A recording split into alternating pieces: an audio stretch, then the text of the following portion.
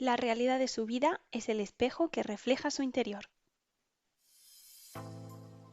Dicen que quien tiene un amigo tiene un tesoro, a lo que yo añadiría quien tiene un buen libro también, porque de verdad creo que cualquier libro del género o la temática que sea te puede ayudar muchísimo para aprender, entretenerte, distraerte, evadirte, y si además el libro trata sobre desarrollo personal o autoconocimiento, con más motivo uno de los mejores tesoros que puedes encontrar, tener e incluso regalar. Y precisamente de eso trata este podcast, de encontrar pequeños pero a la vez grandes tesoros de papel que nos ayuden a crecer y mejorar en cualquier ámbito de nuestra vida gracias a los mensajes y aprendizajes que vamos a encontrar en ellos. Mi nombre es Delia y en este podcast voy a compartir con vosotros mi opinión y recomendación de algún libro que he leído, de manera que os pueda servir de referencia e inspiración y espero que de alguna manera os ayuden para llegar a ser vuestra mejor versión.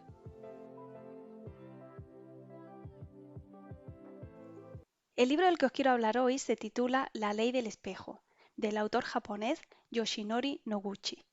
Tengo que comenzar diciendo que este es un gran libro y no me refiero precisamente al tamaño, sino a que para mí es uno de los mejores libros que he leído, ya que a pesar de lo pequeño y breve que es, contiene una gran y poderosa lección.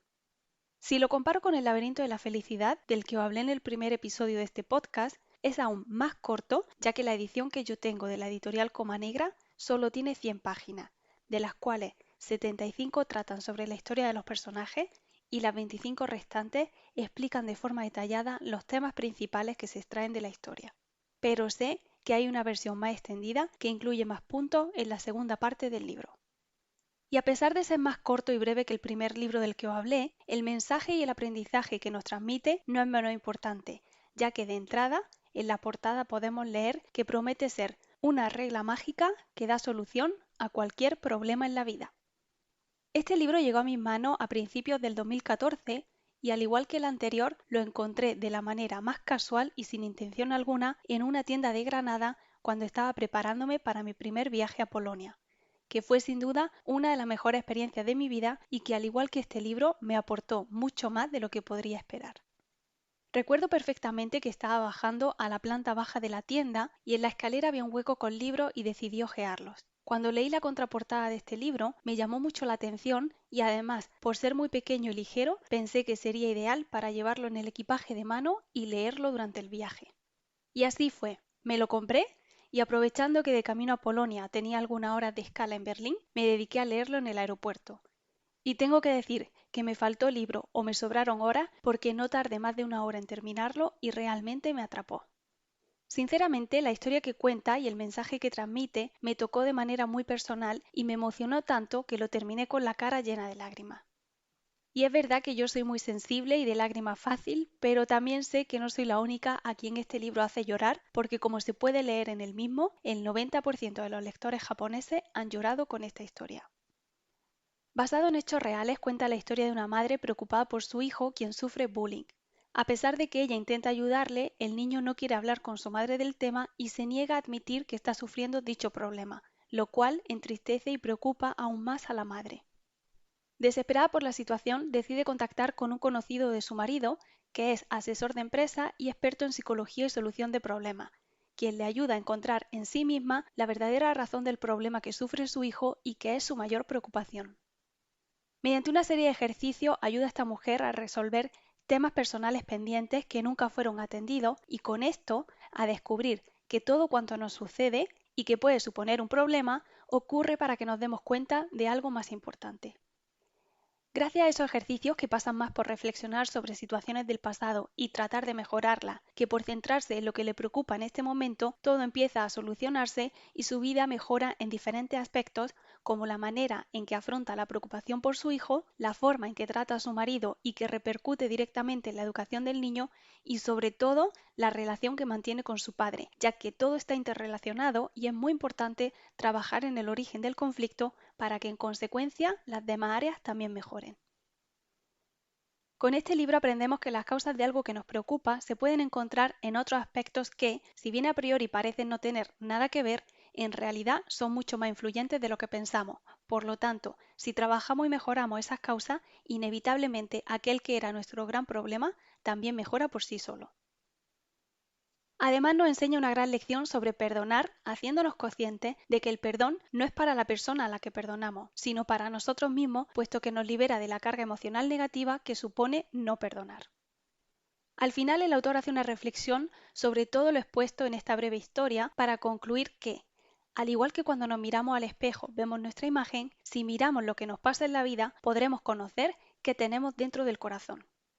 Y esta reflexión me parece de lo más relevante y reveladora, ya que a todos nos resulta más fácil mirar hacia afuera y asociar las causas de todo lo que nos pasa a lo externo que mirar hacia adentro y buscar soluciones a lo que nos preocupa en nosotros mismos. Debido a que esto último es más difícil y por lo tanto no tenemos el hábito de autoanalizarnos y autoevaluarnos para influir en lo único que podemos cambiar y controlar y que es nosotros mismos.